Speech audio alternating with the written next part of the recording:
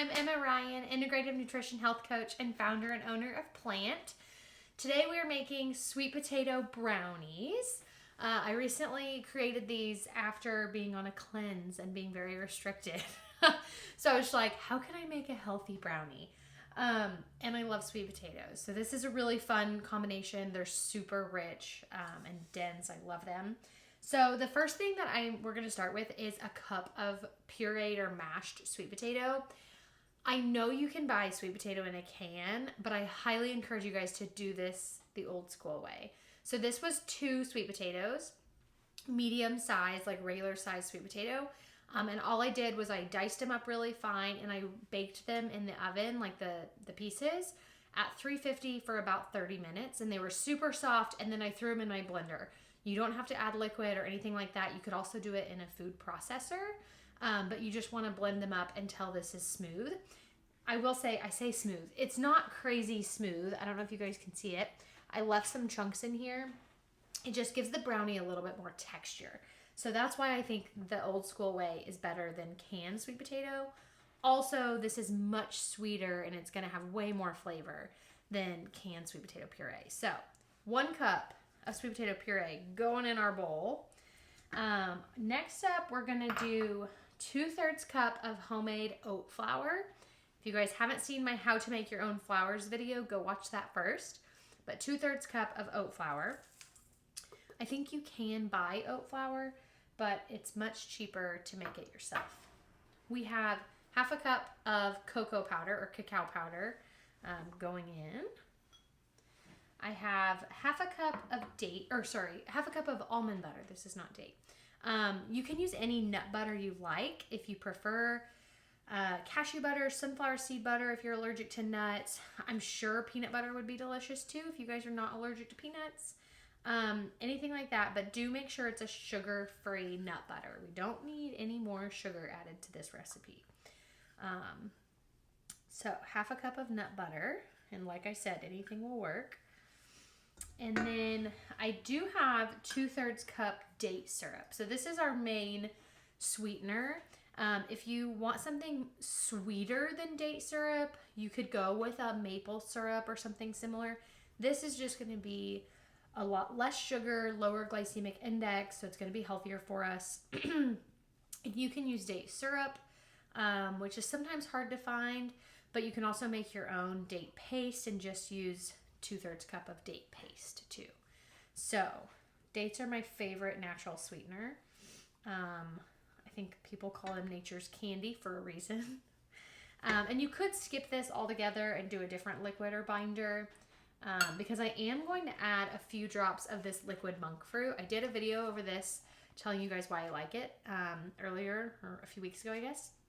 So anyway, if I can get it open, there we go. So I'm really just going to do about 10-ish drops. What this is going to do is it's going to make this dish or the brownie batter a little bit sweeter, so a little bit more like a traditional brownie. You can absolutely skip this, but if you're giving it to your kiddos or to people who are used to having a boxed version of a brownie or something similar, then I would definitely recommend this to add more sweetness, but without the calories, without the sugar, all of that. 8, 9, 10. Okay, so I did about 10 drops. I am doing a teaspoon of baking powder. I have a 1/4 teaspoon of salt. And then last but not least, I have about 1.5 tablespoons of melted coconut oil. So this will just help add some fat, which brings out the flavor. And then let's stir this puppy up. It is going to be a pretty thick batter. Oh my gosh, it smells so good. I don't know if anybody else is addicted to chocolate quite like I am, but I feel like if you don't have chocolate in a day, something is just missing.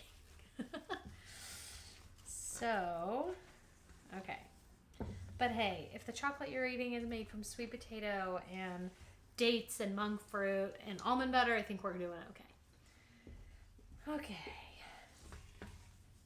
Yum, yum, yum. And you could totally add like chocolate chips. You could add diced walnuts or pecans. You could add some more texture to these if you want to. I know a lot of people like nuts in their brownies. I don't know why. I just like plain brownies, so I'm not gonna add anything to mine. But as you guys can see, I'm gonna show this to you in just a second. Okay, we are gonna have some really nice texture with this sweet potato. So we have brownie batter, yay! And as a child, I would just rather eat this raw, which I honestly could do here too. But I'm going to bake them so I can show you the final result. Okay, so we have our brownie batter. I have an 8x8 parchment paper lined baking tray here. So I'm just gonna plop this in. Like I said, this is really thick batter, and that is a-okay. It's gonna work out just fine. I made these last week when I was recipe testing, and I may or may not have eaten all of them by myself. So here's our batter. Okay. Now you're just gonna spread this out in your baking tray. Once it's pretty even, like so, we're gonna put this in the oven at 350 for about 20 to 25 minutes. So I will check it in 20. Okay, you guys, we have the most perfect brownies. Here we go. So this was exactly 20 minutes. I like my brownies on the softer, more like gooey side.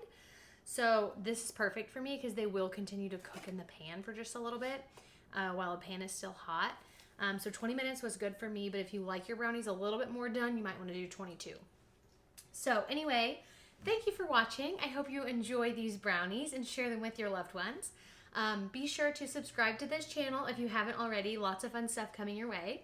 Comment below if you have any questions, and I will see you next time.